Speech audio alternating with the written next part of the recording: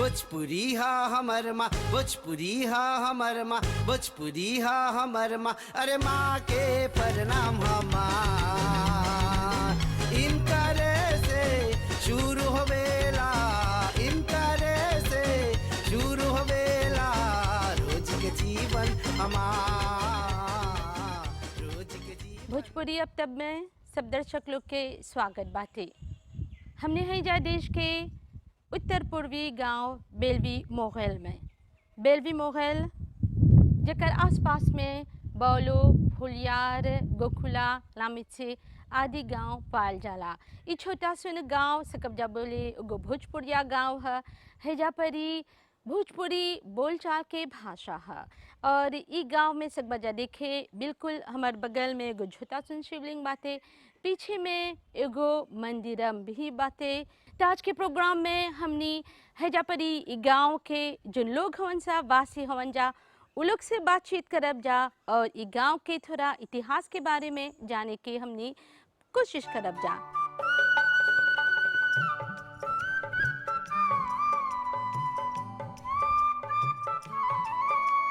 चाची नमस्ते। चाची हमने के बतावा, हमने के पुरखन जोन आप लोग के सिखैले बाते, हमने के जोन परंपरा बाते, ये सब आप लोग निभावत हवा जा? निभावत है सब बराबर बाबू। हमने सब बराबर करीला स। जोन हमनी के दुख रहेला सुख रहेला सब मिल के बाँटीला स। कोई एगो रहेला, अब कोई दुख में बा तो कोई दूसर सुनेला तो उ चलावेलन एदे करे। आप लड़का लोग से भोजपुरी बतियाला? हम सब लड़का से भोजपुरी बतियाला, हम भोजपुरी गाइला, भोजपुरी में जाइला। सब हमर परंपरा भोजपुरीवे में है।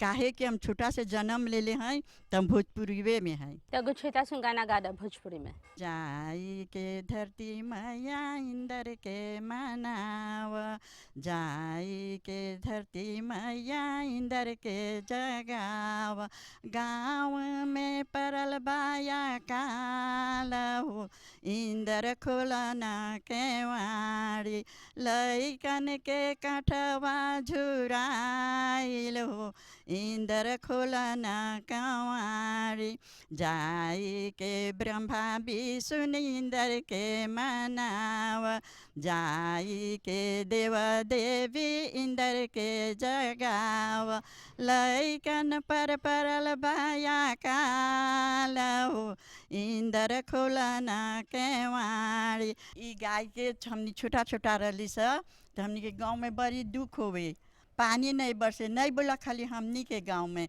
लेमन में दुखवा पड़त हल। माटी देखब तो भूर भूर हो जाए, ऐसे बुझाई चना है। तब हमनी के बड़ा आदमी लोग अब सब कोई आकोगिती होइयन स, बोलियन स कि हमनी के चाहेला हर परवरी गाय के। तो हियाँ से गईते गए जाप स बरम बाबा जाप स कलीमाई बा हुआ दूर में, तो हुआ का जाके हुआ मनाब स, हुआ जाप स तो हुआ एगो गीत गाप स देवी के। कटोरवा में चानन अमृत, एक कटोरवा में दूध जी, हो देवी मैया पान फूल से बिना दर्शन तोहार। तो पानी तो नहीं बरसल बा तो कहाँ से फूल मिली, कहाँ से पान मिली, तब बिना पान फूल के देवी के मनावत अली स। तो आज के प्रोग्राम में इस तरह से बहुत सी जानकारी आप लोग तक हमने पहुँचाओ अब जा।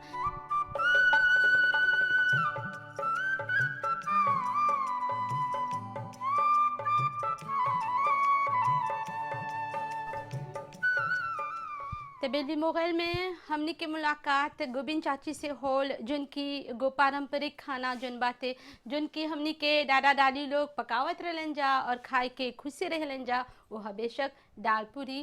तो चाची जी हमने के बतावा, आप कौन तरह से दाल पूरी तैयार कर रहेला? पहला आटा सानीला सा, आटा में तनी सुन साफ्रान तेल डाल के तब खाजी करीला और दाल बुई करके वो में तनी सुन अथी डालीला सा साफ्रान और दे l'huile, तब खाजी करके तब आटा लोया बना के अब इसे अथी करके c'est mon la farine noire China निमन से पारे के से दाल खाजी होल बा खूब मुँह और la farine noire चाइना पारे और ऐसे डाल के भरीला तब बेल के तब हवे पकाइला सा दाल पूरी।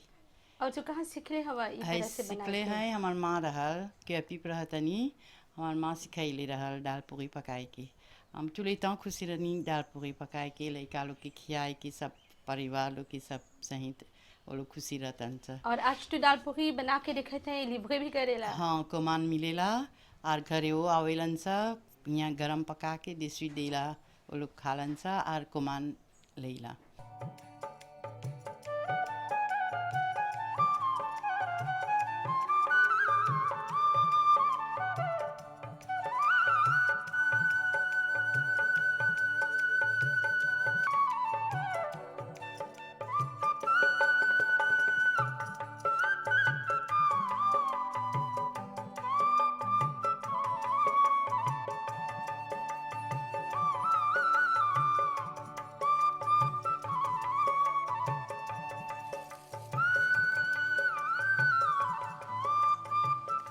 ई जन अवशेष दिखत हवा जा जकरा हुइन बोलल जला, देश में अनेक जगह पर ई तरह के मेला नियत दिखाई देवेला।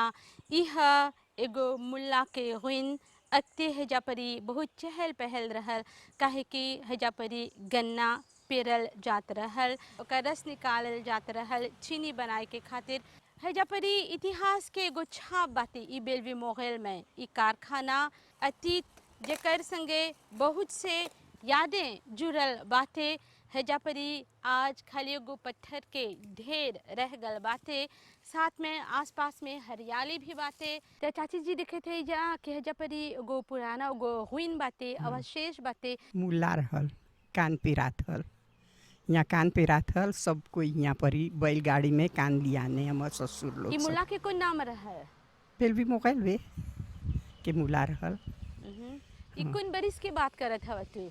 ई बहुत ढेर दिन के बात करत हैं। इधर ला एगो मिले सा अति तन काट के तब चलत हल मुल्ला।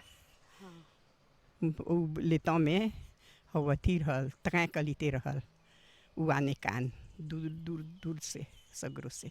हेजा सगरो कान प्लौतात रहल। हाँ कान प्लॉट। थोड़ा सा बतावा अक्ते कैसे रहल ई गांव? ई गांव सगरो तनी घर इतना नहीं रहल, सगरो लपाई के घर रहल। जब हमनी शादी होके अली सा त तोल के घर रहल, कागोल मरला तब सब तोल के घर टूटल, थोड़ा थोड़ा बेतों के घर बने लगल।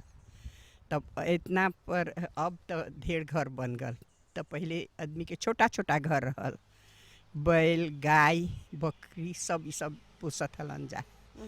तब हवी सब है यथी आनत हलन जा कान हिया। और तू कौन गांव से शादी करके हेजा पर आइला? हम केया रोबिन्सन के छोकरी हैं, मोहित बानमे के बेटी हैं। शादी करके आइला त हेजा पर मुला काम करत रहल? नहीं नहीं काम नहीं करत हल, टूट गल हल मुला। सिर्फ लक्ष्मीनिया रहल ओकर, जहाँ जहाँ मुला रहल वहाँ वहाँ लक्ष्मीनिया रहल। सास ससुर लोग ई मुला में काम करत रहलन जा? हाँ आवत हलन जा कान लेके। सास आवे दूध बेचे तो सब यहाँ दही बना के बेचत हलन हमार सास। एनसू एनको दही बेचत हलन कम करवा लोग से। आवरी हमार ससुर बैलगाड़ी में काम करत हलन। धरला 14 गो लड़का रहल हमार ससुर के। गते गते सब 5 गो बेटा रह रहल और 4 गो बेटी, सब गुजर गए रहलन जा। कोई छोटे में कोई तनी बड़ा में औसे औसे। और सुनीला जा अक्ते के जीवन बहुत कठिनाई रहल। बहुत बहुत घास, छोटा छोटा घर, लिपे के घर, लपाई के घर, आवरी सब लड़का छोटा लड़का सब घास काट के, जूता नहीं रहल, सवात नहीं रहल, लेकोल जाए के तौत लेके अपन भात लेके और से जात हलन जा। अच्छा, मतलब कि लड़का कारों में काम करके तब लेकोल जात तब रहन लेकोल सब जात पढ़े? हलन जा पढ़े। जब लेकोल जात हलन जा पढ़े तब होने से अहन जा, तब रे से अब बाप संगे काम करे जइहन जा। बैलगाड़ी रहल, अब कान कटियन जा। औसे उसे होके तब जीवन गल बा। बहुत दुख बहुत दुख। लकड़ी दौबुआ से आना, पानी नदी से लियाना। तब हम ससुर लोग दौपी कोड़ैलन जा, तब दौपी से हिंचा पानी रस्सी डाल के, दौपी से पानी।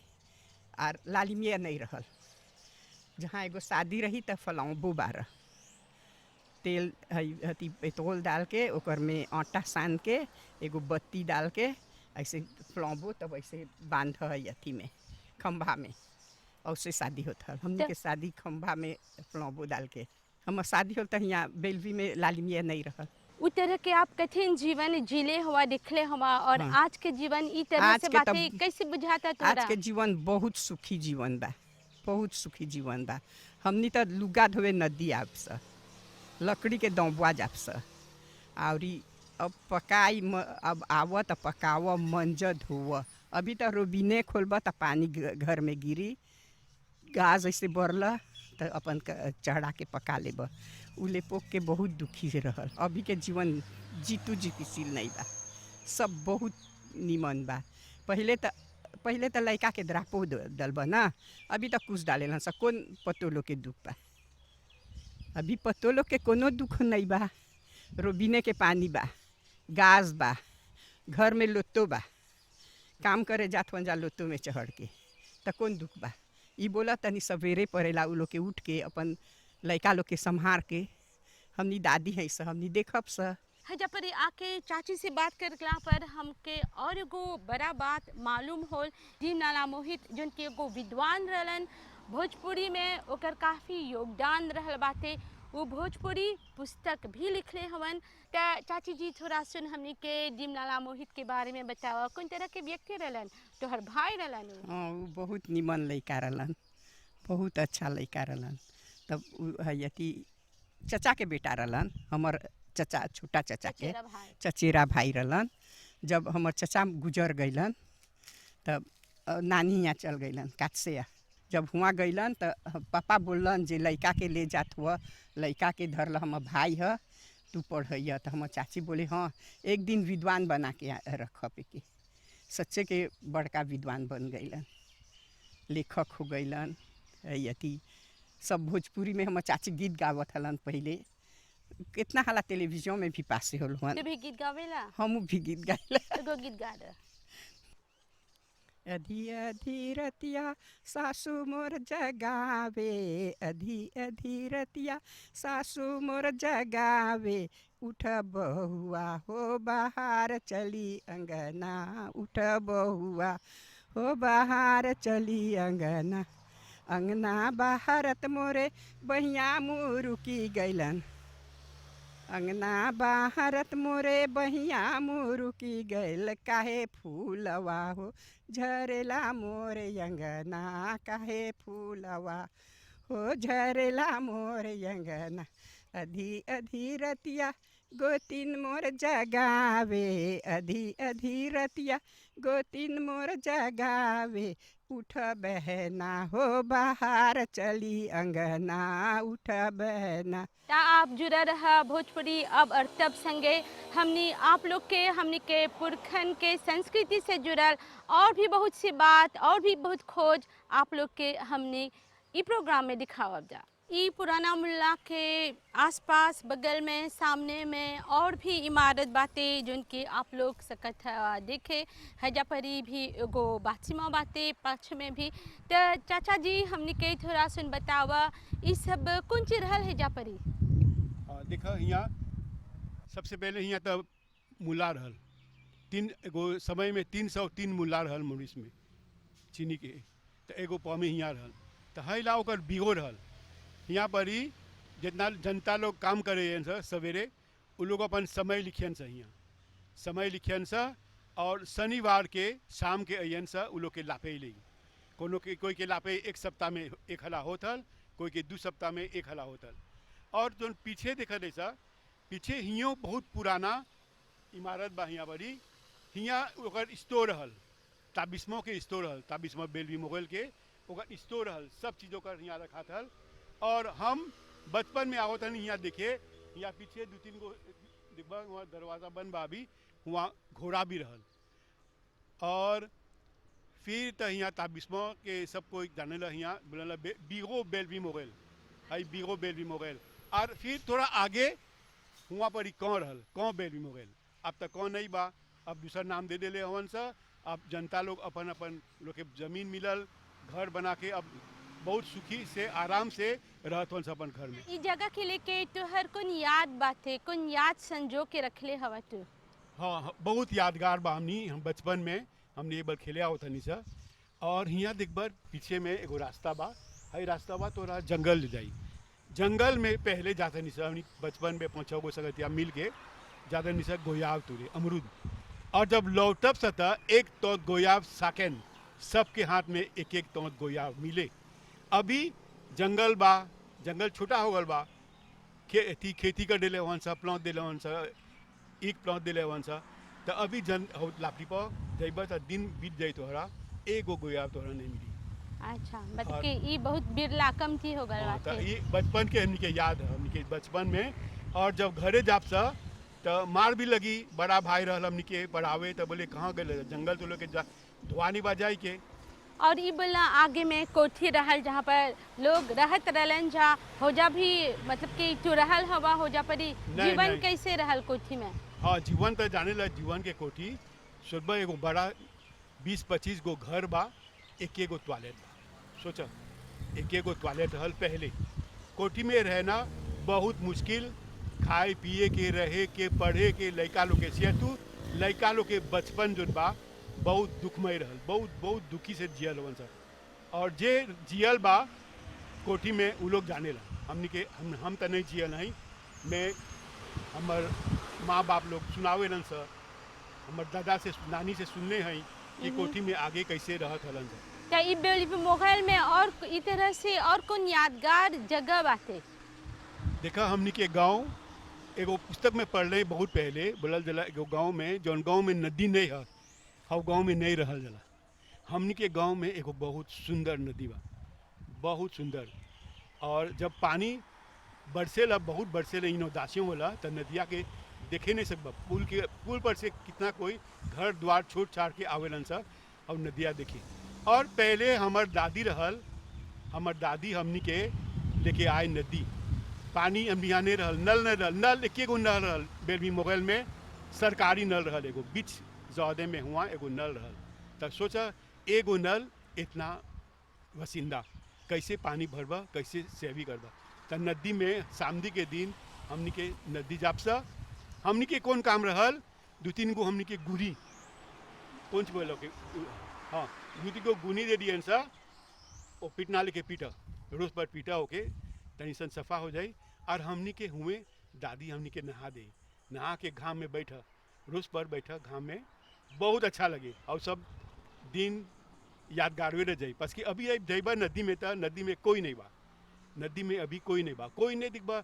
एगो कपड़ा धोआ था, नदी सुनसान हो गल बा। और बहुत सुंदर नदी बा। अभी जइबा खाली चिड़ै सुनबा, चिड़ै एक एक गो चिड़ै अपन गीत गावत है, अपन मस्ती में बा। ये सब बोले यादगार बेलवी मोगल। और दूसरा बात बोला बेलवी मोगल हमनी के गाँव, ओकर नाम है बेलवी मोगल, तो सचमुच बेलवी मोगल वे है।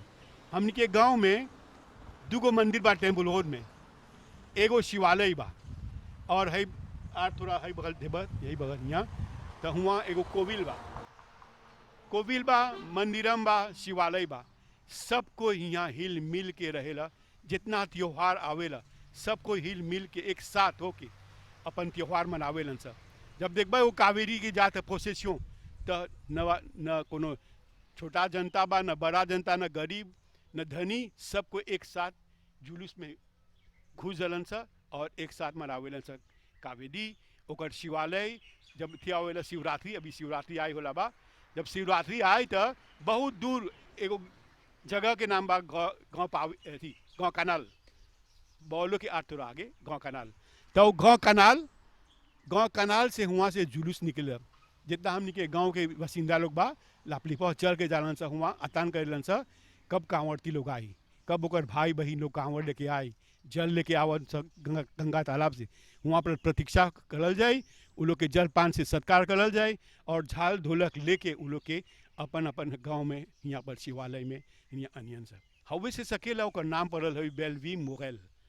और आज ले बेलवी मोगल जितना कोई छोड़ के गल बा, हमनी के गाँव में 2-3 जना छोड़ के चल गल बेलवी मोगल, बोले नहीं गाँव बाहन चली सा शहर में रह सा।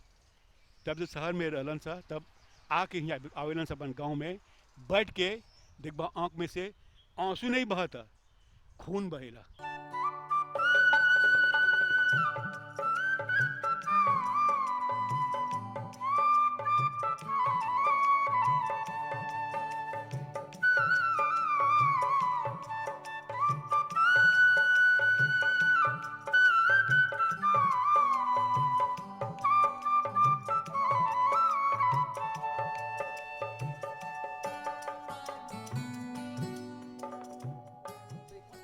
ते जोन देखत हवा हजा गो पुराना लामेल है जा परी कुत्तो जोन बाते फिते करल जात हल खासकर कान कटवा कुत्तो कान खातिर खातिर त पंडित जी थोड़ा सुन हमने के बतावा अति कैसे रहल इतिहास की झलकी द इलामेल के लेके।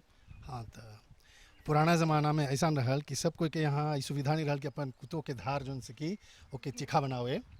तो यह सुविधा जो है विशेषकर जहाँ पर तबिस्मा के एगो साँत उत रही तो उस जगह में ये सब बना के रखल रहल ताकि जितना कोई काम करतन सा शनिवार के लोग आके अपन जितना औजार रहल या पर सब तिखा करतन जा ताकि सप्ताह भर लोग काम करे जा सके जा। तो ऐसा प्रावधान यहाँ पर रहल और लगभग सप्ताह इसमें में ऐसे चारों तरफ ऐसा रहल ताकि वो लोग के सेकेंड अपन कुत्तों के धार जन मिला गड़ासा ओके चोखा कर दे सकें जा। अच्छा तो आप भी ई बेलवी मोगल के निवासी हुआ अब हमने के ई गांव के लेके कौन ची बोलबा तोहर कौन याद जुड़ल बाते। हाँ तो हमार सबसे बड़ा मतलब यादगार ये है कि हम इस गांव के नहीं रही 26 साल पहले जा रही हमें जा आए के रहल हमारे घर टूट गए रहल तो हमारे को परम मित्र बा जो अभी जावन गोविंद श्री कृष्ण गोविंद जी हम ज़मीन खोतली खरीदे के तो वो हमारा हजा पर बोलन कि हजा पर एगो टुकड़ा ज़मीन बात हम हजा खरीदे तो बहुत कृपा होल कि जहाँ गईली तो शांतिपूर्ण वैसे शांतिपूर्ण जगह मिलल और वो भी हमारे बहुत सहायता करलन खुदाई आदि करके घर आदि बनैली जा सुख सुविधा और यहाँ से हमारे जीवन के प्रगति यही जैसे आरंभ होल पहले। और हैजा पर जोन गाँववासी लोग हमन जा कौन खूबी बातें लोग के। हाँ सबसे बड़ी खूबी तो यह है कि हैजा पर गाँव के लोग में एकता है। यह गाँव बा जो बहुत ही शांतिपूर्ण बा सब लोग मिलजुल के जोन भी त्यौहार है मिलजुल के अच्छी तरह से बड़े जोश के साथ मनावेलन जा। तो ये शांति है एगो बात होल। दूसरा बाकी सहयोग बा सब कोई में और हैजा पर ये हर प्रकार के जोश से विशेषकर नौजवान लोग में एगो नया उत्साह उत्पन्न होल बा कि ये लोग जितना धार्मिक त्यौहार बा जितना सांस्कृतिक त्यौहार बा बहुत ही मिलजुल के बड़े जोश के साथ आनंद के साथ मनावेलन जा। और ये दिखला जा कि आजकल बहुत अक्ते हमने के जोन परंपरा रहल बाते हमने के रीति रिवाज जोन हमने के पुरखन अपन संगे भारत से अनले रहलन जा ये धीरे धीरे समय संगे लुप्त होवत बाते आप लोग बचाए खातिर कुछ करत हो जा या कुछ सकल जा करे। तो खुशी की बात ये बा कि हैजा पर है गाँव में विशेषकर ऐसा आयोजन बाटी कि जो लोग अभी जो हमने के पुराना जो चीज़ बन रहा और सबके वो लोग पूरे 100% कायम तो नहीं सकल हो जा रखे लेकिन हर प्रकार से कोशिश करेलन जा कि वो जो है हाउस संस्कृति जो हमने के जो परंपरा रहल वो बरकरार रही और उनमें उसमें जितना वृद्ध सज्जन लोग बा उन लोगों के भी योगदान रहेला था मतलब दोनों पीढ़ियों मिल के एक साथ इसके अभी तक बरकरार रखले हो जा। आगे चल कर क्या होगा ये तो बता नहीं सकते हैं लेकिन अभी तक जो बाटे अभी तक सुदृढ़ बा और कोशिश है ये होता कि इसको बनाए रखल जाए। तो ये दिखला जा अक्सर जो नवा पीढ़ी बा और पुराना पीढ़ी बाते दोनों के बीच क्लास होते रहेला हैजा परी सकब जा बोले कि दोनों मिल के चलत हो जा साथ साथ क्लास के बात है जाने बा यहाँ पर देखिएला जा कि दोनों मिलजुल के क्योंकि जो वृद्ध लोग बा वो लोग यहाँ अनुभव बा वो लोग और अनुभव बा वृद्ध लोग से प्राप्त करे सकें जा। तो वो लोग से यदि क्लास हुई तो जो चीज़वा के बचाए के होता है वो बचाए नहीं सकता। तो इन दोनों में एक प्रकार से सहयोग रहेला कोऑपरेशन रहेला तभी ये अभी तक इसको हमने बचा के रखे सकल है जा।